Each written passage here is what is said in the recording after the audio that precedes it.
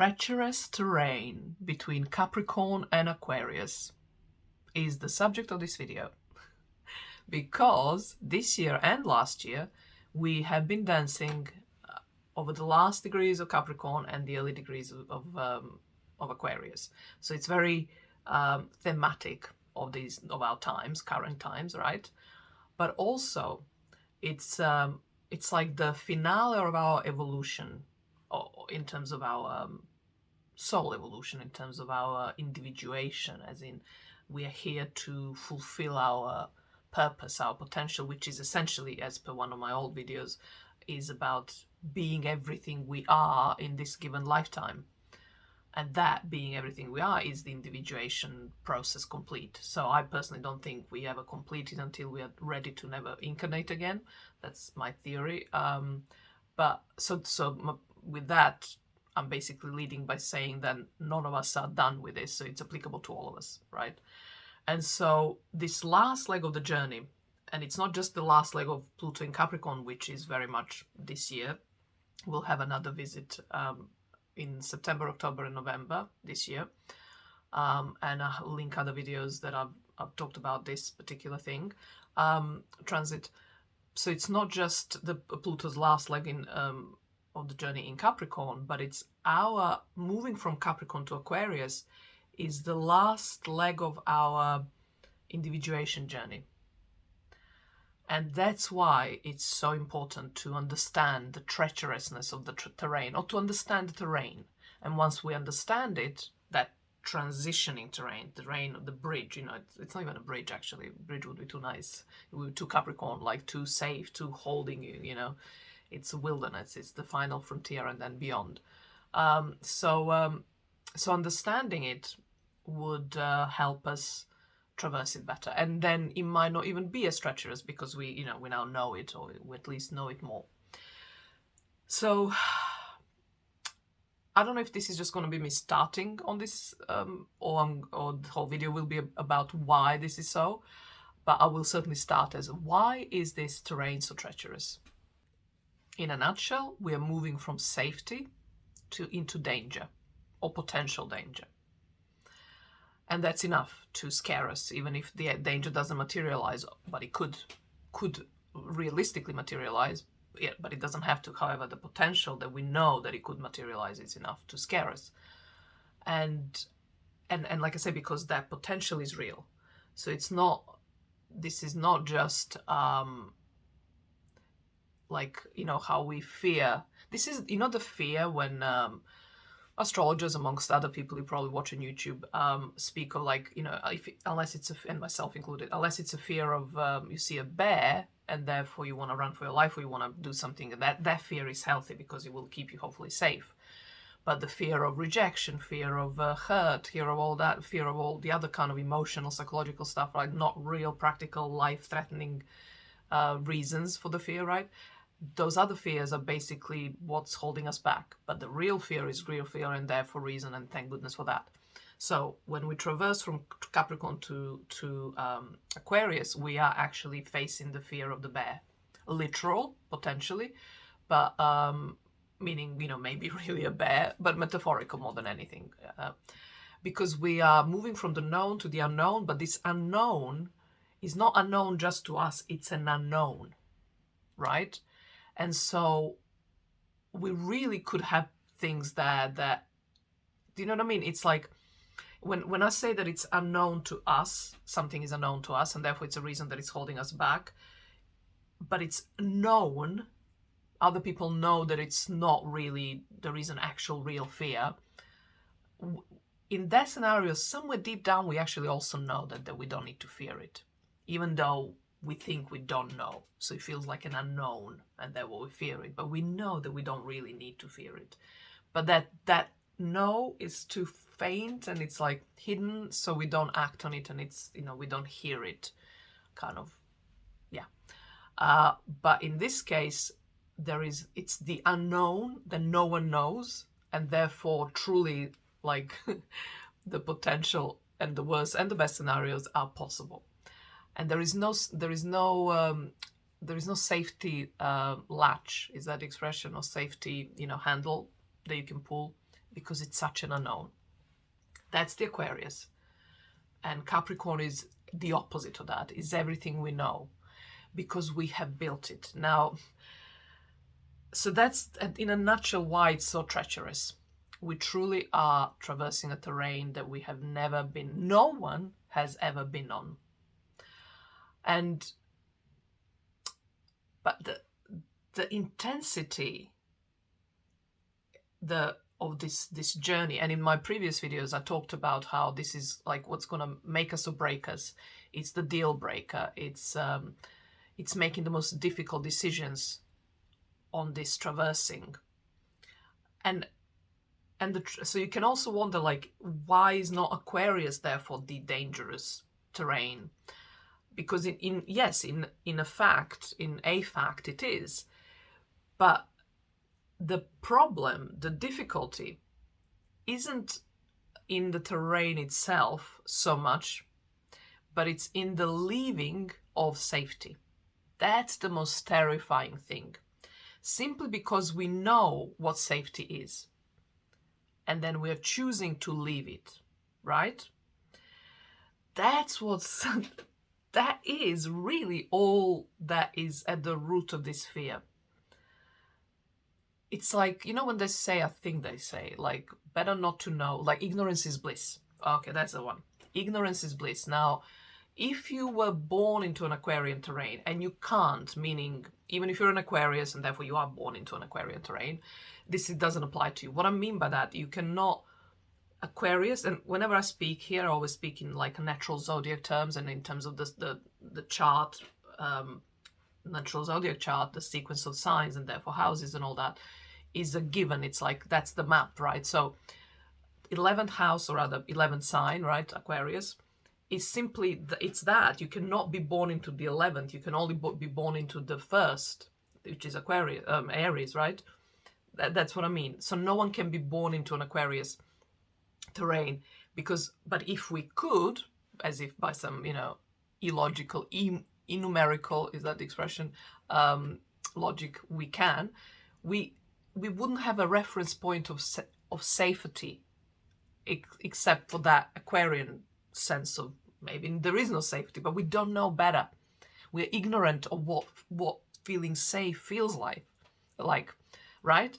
So that is what I mean. If we didn't have the 10 steps, the 10 signs, the 10 stages of our evolution, of our growth, of our becoming, right? If we didn't have them and we were just thrown into Aquarius, and Aquarius is what we are born into, then we wouldn't have, then this wouldn't be treacherous, even though it is a treacherous terrain in that it's like unknown, totally unknown, right? But to everyone, that always remains with Aquarius, even if we're born into it. But because, like I say, we have no reference point, that's what we're starting with, that's all we know. Therefore, we're not afraid. I mean, or at least we're not as afraid. We might be afraid, but we're not as afraid because we don't know better.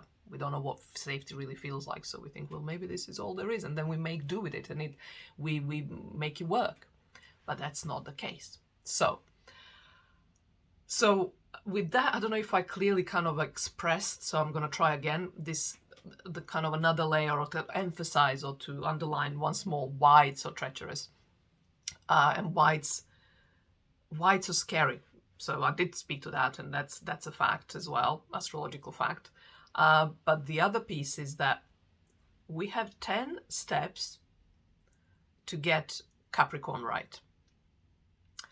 Our 10th house, our 10th sign, right? 10 steps, 10 stages, which is what Capricorn is about. Time. It takes time to master something. And so all that effort that is put into mastering our Capricorn, or our 10th house, and we have all been working certainly with Capricorn since Pluto has been in Capricorn for the last 15 years, since 2008. So for those, wisdoms and stuff, look at the other 2 videos, which I'll link below. So we have worked a long time, irrespective of Pluto in Capricorn, that was in Capricorn for a long time, 15 years, and will be 16 by the time it's done. Irrespective of that particular transit, just Capricorn by natural zodiac map is an archetype that, in order for us to get it and get it right, like any other ones, right? It takes the longest because it's, yeah. So it takes the longest. It's the 10th. So we have all that accumulated form, essentially. That's what Capricorn is. It's like we have built something, even if it's not, it doesn't have to be a business, it doesn't have to be even a family or anything, but we have built ourselves. Like that's the ultimate, that there is no escaping that. Capricorn is a super ego, is an ego built, ego being the identity, that whoever you think you are, your story, your life story, your history, right? All of that is ego. And I will have in March or in Pisces season on that subject, a comprehensive video explaining why I use these words the way I use them and what my cosmology and spirituality is really about. But Capricorn is super ego, and that means that it's an ego that's been built with everything we have at our disposal. So it's not just an ego of Cancer, which is an ego of like most innocent kind of just who you are, as in just in the most intimate, personal. Nothing has been added to you. You have not been conditioned too much, right? By the time we get to Cancer, let's say, that's the first kind of clear ego awareness.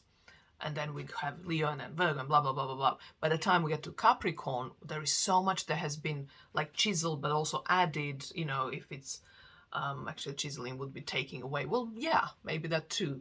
But why we are taking away certain things has been informed by other factors than our own kind of innate, innocent childlikeness, a pure self, right? Ego, right? So by the time we get to Capricorn, we have considered so many other things and have built either a world of a sort, of a kind, you know, collectively, yes, as all separate individuals, but I mean, I'm only always speaking to individuals here. So even if you haven't built anything externally recognizable, clearly identifiable, this is my work, this is my profession, this is my career, this is what I'm known for, you will be known for a certain kind of person, which you have spent 10 stages, you have been through 10 stages to develop, to form, hence the form, right? So it's form however we look at it. But it's a form that is so condensed because it's taken us that long, right? It's like taking the time means we worked on it, and as you work on something, you're just making more of it, right? So it becomes denser because there's more of it, more. It's yeah, I'll leave it to that. So that's Capricorn, right? So we got to Capricorn, that's where we are at. We're so dense. Now we had 10 lives, 10 years, 100 years, however, we have so long, we have so much time to do that. Now in just one step in terms of stages of individuation, there's one more step that is gonna like delete all that. Or maybe not delete all that, but we're gonna leave it. We have to leave it. That's the key. That's the key to individuation. We have to leave we have to keep moving in the sense of we have to keep building more, because from Aquarius we'll go through Pisces and then back to Aries, so the cycle continues. But it's without Aries we will build, without Aquarius we will build nothing new. We will discover nothing new, including about ourselves. And that's the only function of Aquarius. It's that new. It's like, what else? What else am I? What else can I do? Who else am I? That's the Aquarius archetype. But we only have one step. Do you see the harshness of it, the cruelty of it? And I say these words, as you can see me, with sort of joy in a way, because I don't mean that to be like a scary mongery thing I'm doing here ever. But it's, it can feel like that. So let's just own it and embrace it.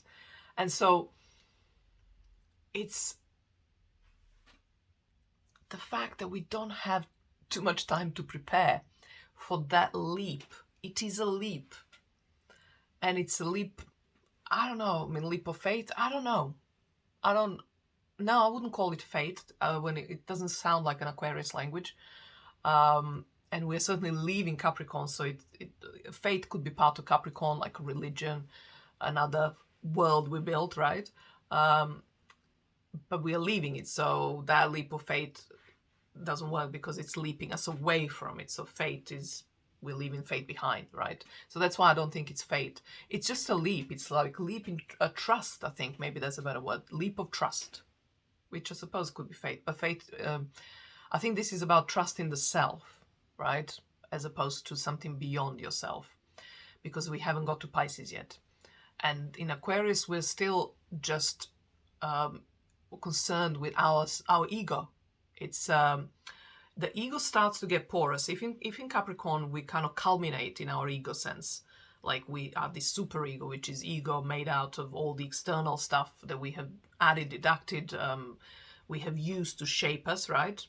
Where in Cancer we would have been little ego, just ego, right? In that sense of the two being, that's the difference. This is the ego that hasn't yet had much added to it in Cancer, but in Capricorn it has a lot.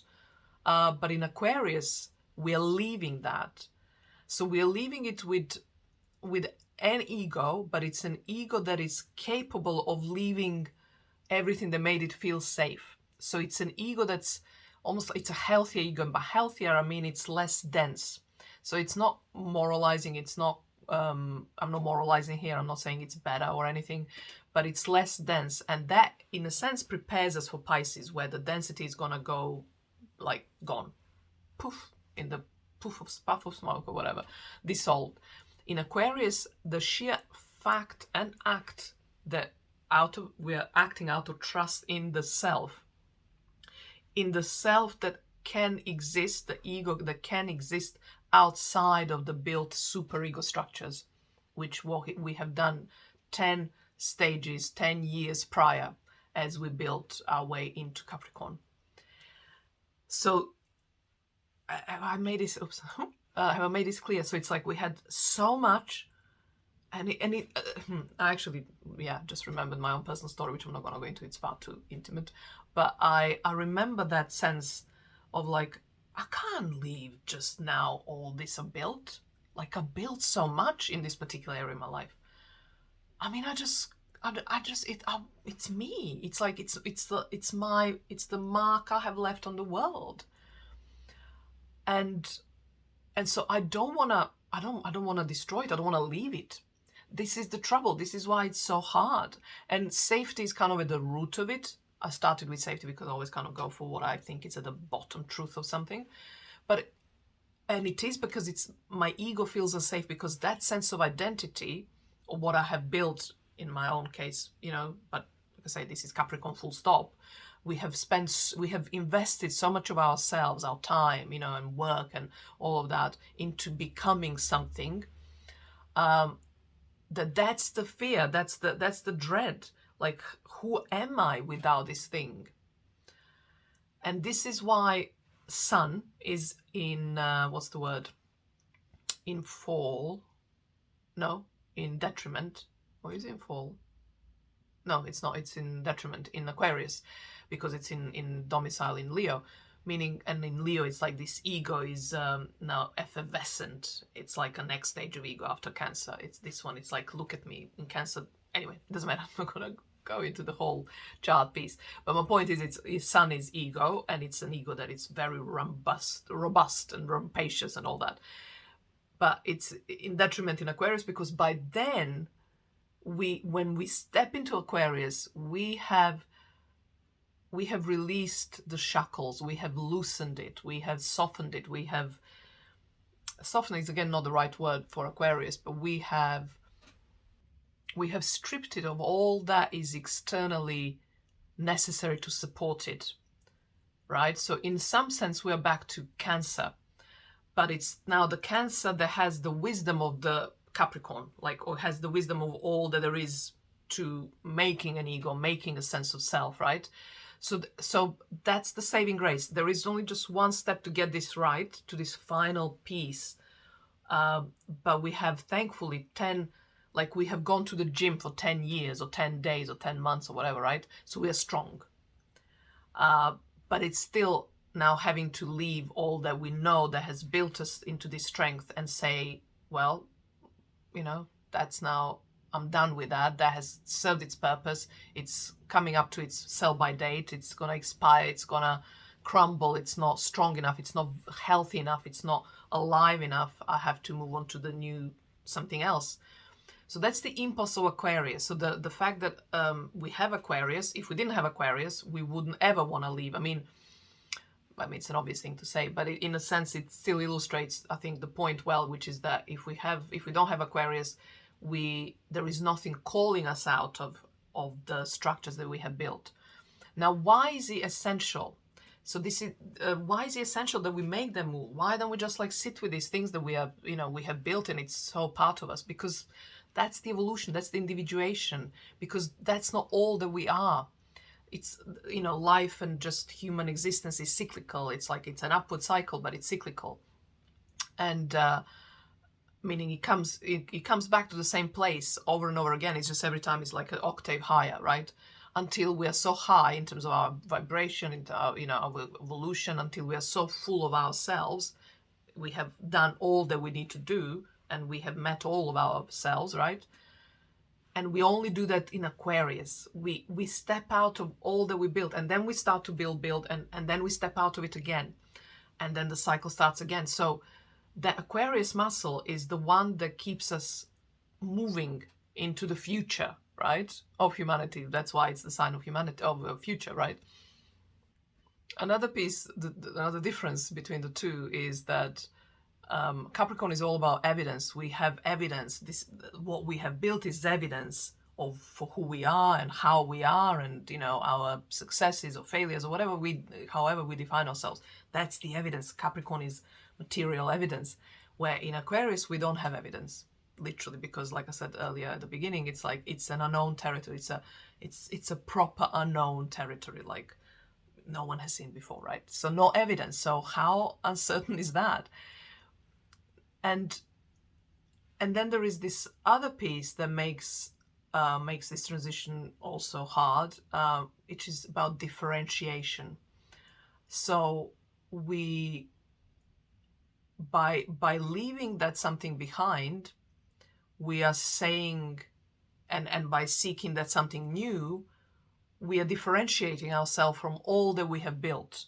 And so by that, here I mean like people that come in, that live in the world that we have built or we have contributed to, right? It's part of what we have created, which is always, even if it's you being part of someone else's life, you have built your part into that world. You have done your part to build that world together with that one person or 7 people or 100 people or whatever, right? So in that sense, so there are all these other people that you will all of a sudden be like different from. And it's, sure, we are all different and all that, but this is like a garish, like a glaring, like in your face, I'm different, I'm not like that or like you anymore. Even though, from an Aquarius perspective, there is no need to even point that out. It's just a given, and it's not about these other people. It's just about you. But from their perspective, Capricorn side of it, right, it is about them, because it highlights that they are still, it highlights who they are still and choosing to remain, right? Still in that mold, in that structure, in that form, right? So that's why it's offensive. I mean, I use this to say that it's, we don't, getting offended by something outside of us is just us choosing to be offended. It's not that outside person or event's fault, or it's not for them to worry about that. That's what I meant by that. But essentially, what I'm ultimately speaking here about is why it's difficult, why it's another reason why it's difficult, why this terrain is so treacherous, and why it's a deal breaker. Because if we can't differentiate ourselves, if we can't withstand that separation, in order to become more whole, because in Aquarius we'll discover something new that we are already, we are just now, facing it or doing it for the first time, right? But it's in us. Because that world is an unknown, which is a projection of what's unknown to us, right, inside of us. So it's what's within, so within, what's within, so without, right? Is that the expression? So, and so when we move into Aquarius, so now I have spent 25 minutes speaking about the treacherousness of the terrain, but I want to speak a little bit about the actual Aquarius. Like when we get there, it's how does that work? Like, so we're on this, we're alone. So that's why the sun is weak in January. Although I suppose if you're southern hemisphere, then maybe that doesn't work. So forgive me there. But in terms of astrology, it's weak, basically, which is necessary. By that point, we don't need the sun so much because we have so many other things. And at this point, we have a Uranus, right? At the point of Aquarius. So it's not anymore as essential to our sense of self. The sun isn't. And so there is that sense of aloneness. But because we are okay, we are not so wrapped up in ourselves, we are okay to be alone because it doesn't feel so alone once we are in Aquarius. And the fact that we have made this move, that we have walked this transition between the two, we have left, right? That gives us certainly a sense of strength, like literally, like that is a muscle that we have exercised, sure, for the first time, but it's like still, like we know we have the muscle. So we feel, confident. And then the sun is weak in Aquarius, so that's what I mean. It means that we are just okay with being alone because we will be for a while. But what happens in Aquarius, we then start to build. We always build. We always go back to Capricorn. We are in 3D. Form is essential to our existence here. There is no way we can live on this planet without it, right? So this building of a form, in a form of your world, your identity, whatever, is always the agenda. But it's like making sure that we always have new stuff to bring to it. But in Aquarius, what has defined us, the only defining thing in Aquarius that you can call it, that can resemble the solidity of Capricorn, is the difference. Like how you are different, because that's what you're working with, and that's all you have in Aquarius, because you left everything else that was familiar, right?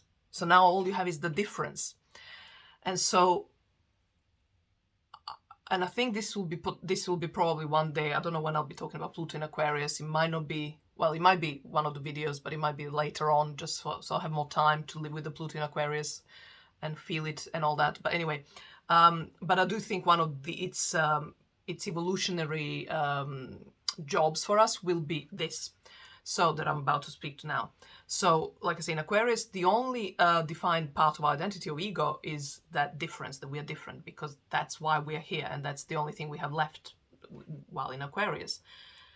And so the challenge will be, in order to move into Pisces, and when I say this, I mean by the time Pluto is in Pisces, which is 2043, goes into Pisces, and then 2044 forever in Pisces. Well, for the lifetime of the people then. I might be around still. But anyway, in order for us to do that well, so we have 21 years in Aquarius, of Pluto in Aquarius, but then we will get good at this. Sorry, I'm getting to my point, which is that we need to find a way to connect and feel the belonging piece that I spoke of in my previous video, which is partly what Pluto in Capricorn has been bringing us closer to and showing us how the mechanics of what it means to belong and what we need to consider when we want to feel like we belong. That was Pluto in Capricorn telling us that. Now we are focusing on the only part of identity we have in Aquarius, which is the difference, that for that to be the connecting factor that will make us a sense of belonging. Now think about that. How revolutionary is that? I mean, that is like, how rebellious, how outrageous, how unknown. What an uncharted territory is that? Because it almost defies logic, certainly the logic that we know. But, from up until Capricorn. But then remember, well, I don't know if you know, but anyway, Mercury in Aquarius is like, and then we'll have soon, once Pluto is in Aquarius, soon in a few years, we'll have Uranus in Gemini, which is like, Uranus is a higher octave of Mercury, basically. So Uranus is Gemini, is like a genius. And then also Mercury in Aquarius is a form of genius. My point is, if there is a part of your chart of our charts where this can be done, this can be figured out, this kind of defying logic, right?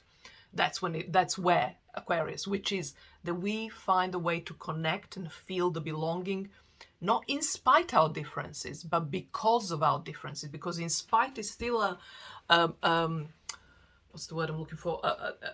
An agent of divisiveness. But if it's because of it, that's the glue, not the kind of the icky, sticky kind of energy, kind of. I'm talking about that gluiness. I just mean it's the pull towards, right? If we are because of it. So that's gonna be, that's what I'll be most interested in, to be working with Pluto in Aquarius, I believe, because I'm so, as you can see, animated and passionate about it. But there was one more thing I wanted to say, or rather 2 points, which are like incentives for this to be a reality in the near future, while Pluto is in Aquarius, at least. Well, not at least, yeah, then. Which is that to view the differences as actually what makes us valuable. Not our alikeness, but what makes us different. Like what it's like, and it's also, I'm not going to go into that because there's a whole other video, I think. But that is going to be changing the markets. And I didn't speak in my previous video when I spoke about transits because I wasn't going to go into Saturn squaring the Uranus in Taurus and Saturn in Aquarius.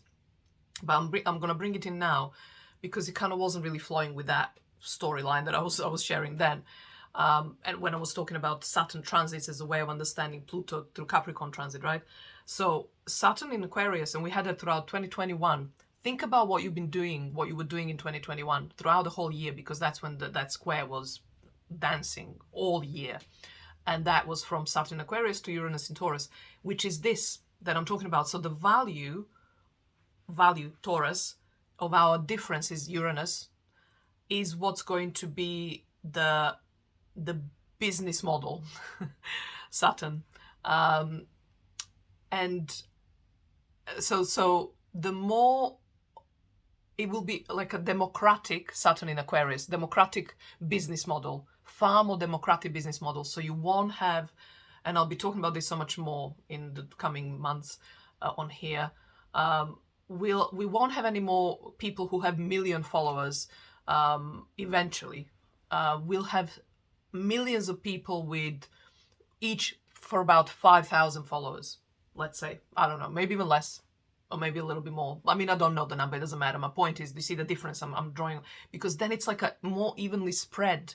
So by followers, this is a Saturn in Aquarius business model, right? That is squaring the Uranus in Taurus, which is online, basically, that we are living and, working online.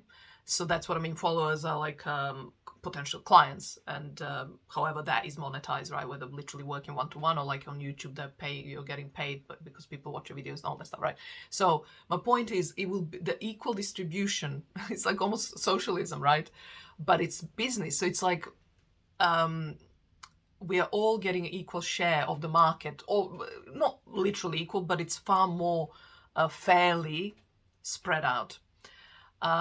Because our differences are what makes us valuable, right? Because it's what makes us unique. It's like our USP. If I'm talking business, USP, unique selling point, which is such a yucky thing from the old times. But anyway, you get what I mean. And the second point I was going to make is an incentive for this to entice you for this future, which is that the more whole we are, the more different we are. And the path to wholeness is the path to individuation. So if you're on this channel, then you're interested in that. And I suppose if you're not interested, then I can't entice you. But if you are, then the more different, the more whole we become, the more different we are, because we flash out all that is uniquely ours, and we have more and more of our own unique things that have become us as we have looked into them and done shadow work and all that stuff. That it's like a fingerprint. Because that is all of my little lines on there, as opposed to just 2 lines that maybe would have been like a reduced symbol of a finger or a thumb, I mean. But no, I have, my fingerprint is all of my lines that are unique to me, because they're my lines. So everything that you are, when you do the shadow work, meaning you just get rid of what's not yours and you really look for what is yours, you will become such a unique individual.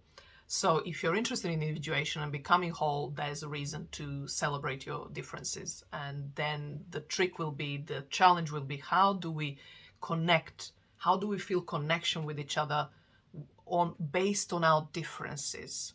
And I'll leave you with that.